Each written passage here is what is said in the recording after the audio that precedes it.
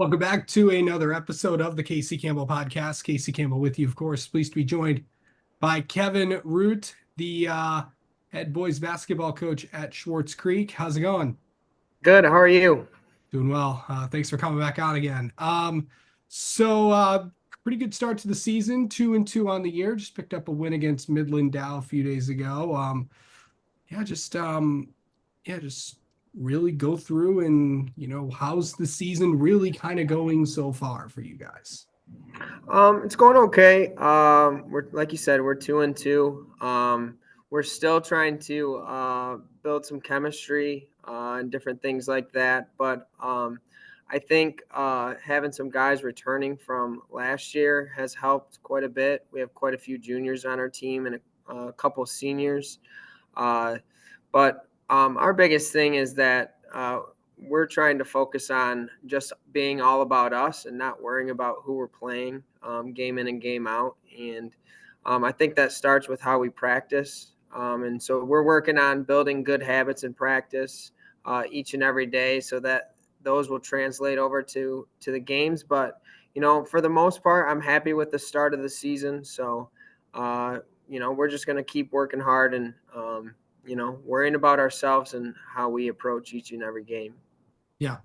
Okay, so so a lot of the faces that you may have seen on Schwartz Creek the last few years, or should say last year, pretty familiar. A lot young team last year. So to kind of tell us about the guys that are going to be that are returning, and also the guys that are to watch out for this team. One of our main guys is Cole Cohen. I think he's averaging like 17 a game this year. He had a big shooting night against Midland Dow. I think he had 23 points.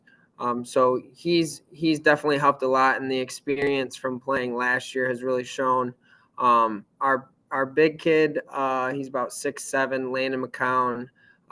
He had an ankle injury going into our first two games, so he wasn't able to play a lot the first game and didn't play at all the second game. But he helps us defensively. He's improved a ton over the summer and just continued to get better.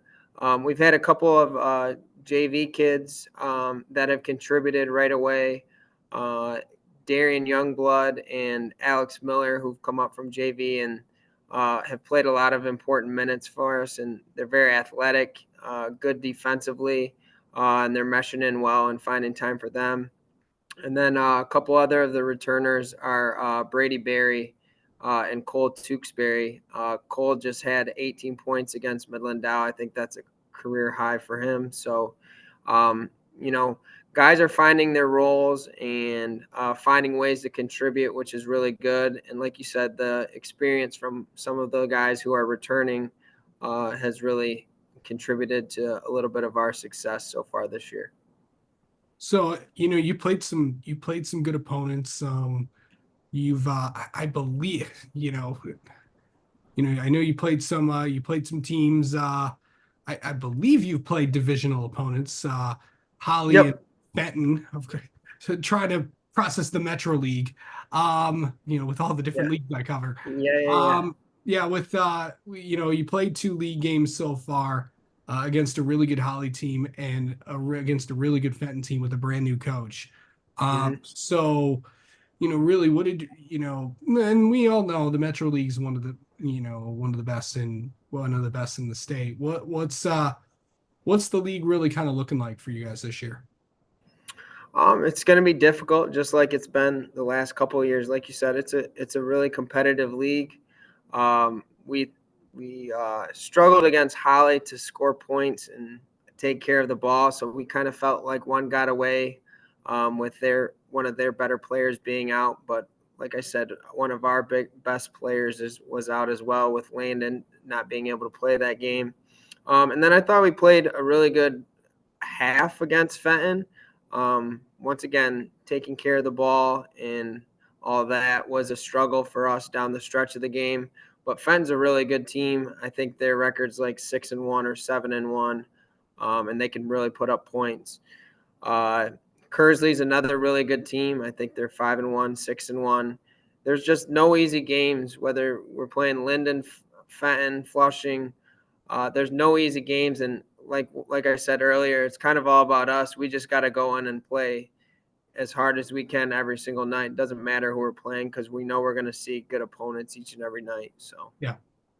So, I think, these next few weeks, you don't have, of course you have a game tomorrow, um, mhm. against St. John's, and then, you're going to have a game next week, and then, a game the week after that. So there's no off weeks with games. Not really. This Nope. week.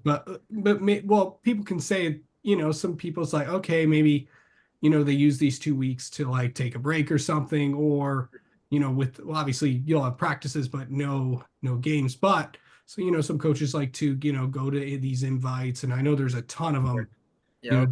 during the break. But this is so, having that consistency, what's that going to be like for you guys? Because you're playing St. Clair on the 27th, and then Brighton comes to you guys on January 2nd.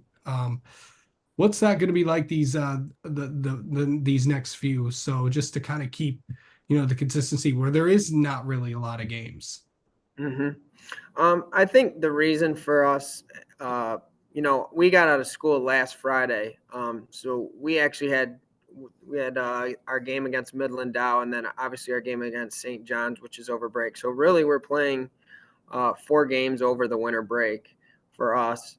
But I think my goal was scheduling games over the break gives us something to prepare for. I didn't want us to just be practicing and going against each other the whole time. So I think that helps with sometimes our focus of understanding, hey, we got games that we still have to prepare for. We can't take days off, but you do have to find that balance where, kids need time off too. So it's right around the holidays, so we'll give them some days off to enjoy some time with family and friends, probably try and do some fun stuff instead of just going through the monotonous, we're at practice every day. Um, but like I said, I think having games over the break and playing good competition, St. Clair and Brighton are both really good teams.